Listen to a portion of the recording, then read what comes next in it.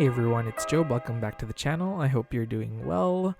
Today I am doing some journaling in my Midori Traveler's Notebook in the regular size, so grab your journals, your planners, or whatever creative project you're working on, and let's get started. So today I really just wanted to play around in my journal because I've been pretty busy. It's been a hectic few days with the shop update and work, and October is just a really busy month.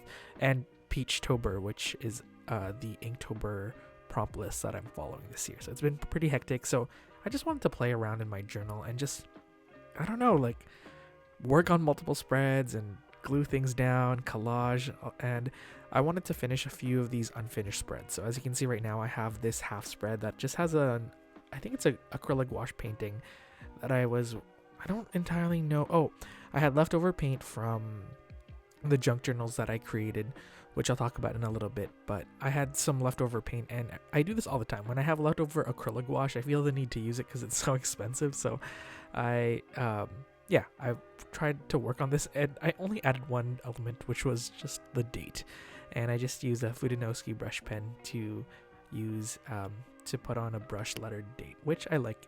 I kept this pretty simple and didn't even add any washi tapes because I think the little painting and the lines is enough. But let's talk about the shop update since we're already talking about the junk journals and stuff. Basically, I did a very, very small shop update, and there are junk journals that I have created, and these are hand-bound junk journals. I only made like 5 for each design, so it's not a really big shop update, but I really wanted to create junk journals because this time last year I made some, and I always find these types of projects really fun because I don't know, I get to exercise my bookbinding skills, which is very minimal, I must say. But I do want to do more bookbinding stuff, but these ones are a little bit special because they have hand-painted covers. So one is in blue and pink, and the other one is in yellow, green, and it's my color palette of choice, and I use gouache and watercolors for the cover, and I really like how it turned out. And I wanted to make these like matching ephemera kits to go with these junk journals, so you can use these elements to decorate with and keep it on theme. So I even made a mini sticker sheet. I really got into this project because I really like I don't know, making these mini projects. So I made these mini sticker sheets that go with each theme. And then since I was already working in this color space, this theme, I wanted to make a weekly sticker sheet, and I called it the Good Vibes Weekly Sticker Sheet. I don't know, this color scheme just screams like happiness and bright colors. I don't know, it's just a very happy color scheme. I chose yellow, green, pink, and blue, and I tried to play off of like the grids that I like, but also make it a little bit more unique and a little bit different from the junk journal sticker sheet. So I changed the colors a bit on the flowers, and if you've ordered from the shop, these flowers probably look very familiar to you because those are the flowers that I like to draw on my envelopes. So that's where the inspiration came from. And then as you can see, the font is a little bit different on these stickers because I finally made these like date stickers that are in my handwriting because I really like the look of like very half-assed brush lettering, and this leads into the days of the week stickers. So I use this lettering style and font in both sticker sheets, the days of the week sticker sheets, and then the weekly sticker sheets that I just showed you. But this days of the week sticker sheet is a little bit more, I guess there's more options because I did 4 different fonts, 2 of which are like regular fonts. One is a sans serif font like Helvetica, but it's not Helvetica, and then the other one is like a serifed thick 70s font that I've been liking. And then the 2 fonts that I made for this are like my brush lettering. So I scanned in my brush lettering, I put in like the super messy half-ass brush lettering that I like, and then one that's a little bit more traditional calligraphy brush lettering, and I made it in these colors. There's the warm one, which is a staple on my shop, and then I wanted to venture out and play around with blues and greens because as much as I love my pinks, oranges, and yellows, not everyone loves that. So I wanted to play around with different colorways, and I absolutely love the blue, and the green ones, and they are now up on the shop. So if you have a chance, go take a look at them, and if there are some that catch your eye, that's awesome. But if you just want to support the channel by watching this video, that's all good. That's all that I want. So thank you so much for supporting my shop, and let's continue journaling. Okay, let's continue journaling. So as I said earlier, I'm kind of completing a lot of these unfinished spreads, and lately I've been really liking the idea of just like putting a whole bunch of stuff down that isn't really relevant to the day. So just like random design elements, collagey stuff, and then going back and adding things later. So this spread was partially completed. As you can see, I started journaling on the 19th, but I didn't complete it, and that's fine. I kind of like doing that actually, because it adds a little base and kind of removes the barrier to journaling, because sometimes there's some friction, and like a blank page just makes you not want to do stuff. And I don't know, I really like the idea of just having something on there, so I try to do that as much as possible. It might not even be like the actual day that I'm journaling, but I'll add things down, and I'll put like a few stickers and paint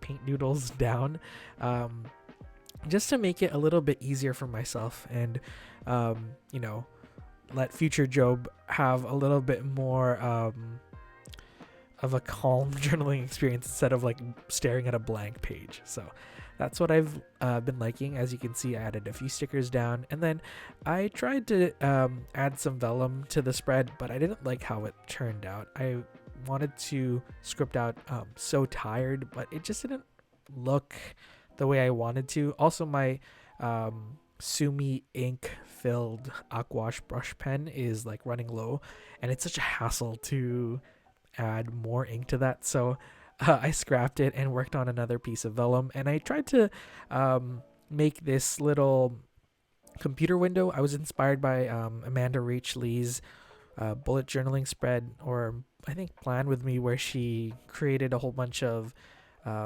month pages or monthly pages that featured like old Windows, like 98 like window screens, or like computer screens.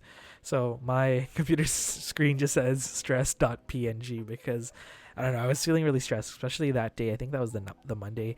I was really stressed, and I ended up I don't know if I went to work that day. I was just not in a good headspace that day, so I was really stressed. So it was nice kind of journaling after the fact. I think I added down those elements probably on the day of, because I was trying to de-stress, but yeah, it was nice to kind of revisit the spread and reflect on how I was feeling that day after the fact. Sometimes it's nice because things do get better, and things are not always as bad as they seem.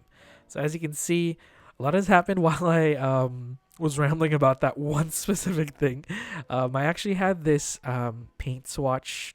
What are these called? Like paint swatches that you get from Home Depot. I was planning on painting a little mural actually in my room, but summer was just too hectic and I didn't get around to doing it. And I feel like painting rooms and just painting like your house in general is like more of a summer thing. Maybe it's because paint dries a lot slower in the winter. So I decided not to work on like a mural, but yeah, I added I grabbed a few paint swatches to use in my journal, and I added this little mountain scene. But I really like how that turned out, and I completed that spread. There was a lot that went on there, but basically I added some vellum, some brush lettering, and I added a whole bunch of stickers to kind of add a few layers. I have been liking layering vellum over like stickers and like other bold design elements. I think that white semi-transparent like look of vellum just softens anything. So yeah, I've been loving that. As you can see, I have a whole bunch of like collage elements for this other spread. That little I guess it's like vinyl page flag. It's not a page flag, it's just a flag actually, but it was part of like a rice sack that I got, and I just wanted to use it. It says like new crop 2020 and it has a rat on it since it's year of the rat, and I wanted to like use it in some way. And I took out my vellum, and I've been really loving this stamp set. Shout out to my friend Kat who gave that to me. I think it's from Michael's, from the dollar or not the, it's like the checkout aisle of doom where they like entice you with all those things. I've seen it before because I wanted to purchase it, but she wasn't using it, and I didn't use it for like half a year, and I've been using it daily with Peachtober. And I've been using this Stays On ink. I think that's how you pronounce it. It's Stazon. Looks like Staz On, but it stays on. And I just stamped. It's been a rough year, just because it has been for everyone. I'm not feeling particularly like bad right now, but I was just reflecting on the year so far. Like this little vinyl page flag. I keep calling it page flag. This flag, or design element. I don't know. It just made me like reflect on the year and how kind of rough it's been for everyone. But yeah, I wanted to stamp that on there, and I think it really looks cool with the black and the blue and the yellow and the red. It's very bold, and it's almost like just using primary colors, which I like. And then for the left hand side, I added a grid background because I've been obsessed with grids for a very long time, with this Tombow dual brush marker and this royal blue. And then I had this scrap painting that I've actually used in a journal with me actually, that I didn't like, but I inverted it, and it kind of just looks like honey dripping on like yellow paper now, which I like. I layered some craft paper on top, and then I made some post-it notes, custom designed post-it notes from Vistaprint, and I have been using that for my orders, and I love how they turned out, so I decided to use them in this journal spread. And then I pulled out some more stamps. This is actually from Kelly Perky. I love her stuff, but I haven't been keeping up with everything that she's kind of released over the years. But I purchased this, I think, in 2017, right when I got back from Korea. And I purchased it for December Daily, actually. And I love this travel-themed... it reminds me of those like vintage departure time boards at airports, and I think that's what she was trying to go for. But I just used that for my date stamp, and then I added a date sticker from my own sticker sheet, from the blue Days of the Week sticker sheet, which I like because it matches the blue yellow theme that we have going on. And that ink, the Stays On ink, looks so good. It takes a while to get used to it, because if you've used regular ink before, the Stays On ink just acts differently because it's formulated to like go on everything. It goes on fabric, it goes on vellum, which is pretty much plastic. It goes on anything, and it looks so opaque, and it's super crisp. So I highly recommend that if you're stamping on multiple surfaces, especially if it's like a slick surface. I just use it because I was working on craft and watercolor paper, and sometimes watercolor paper is so textured that stamping on it just looks like a mess. But it handled it like a champ. I added some blue washi tapes, and I added the blue star sticker from the Brights or the Good Vibes weekly sticker sheet. And then I went back to the other spread and kind of just added a few more elements. I added some more stickers, and I think I added my voting sticker because on the 24th it was the voting day here in BC, and I didn't foolishly I didn't like get my mail-in ballot on time. Like I didn't ask for it. I didn't ask for the ballot to be sent for me on time. So I just went in person, and it was actually very good. So I'm happy that the COVID protocols were pretty good. But yeah, I just added that sticker, and then I added my journaling. So I decided to journal on the actual vellum. So I used my Sharpie pen because that's opaque enough to like stay on. But that's pretty much it. I think there is Past Job that filmed a little outro clip, so I'll let him finish. But yeah, it was really fun journaling with you today. Okay, we are done. That was an intense journaling journey. We completed quite a few spreads. We worked on this one, well, minimally, this one and this one. But yeah, we are done. You should be seeing the slow motion shots right now.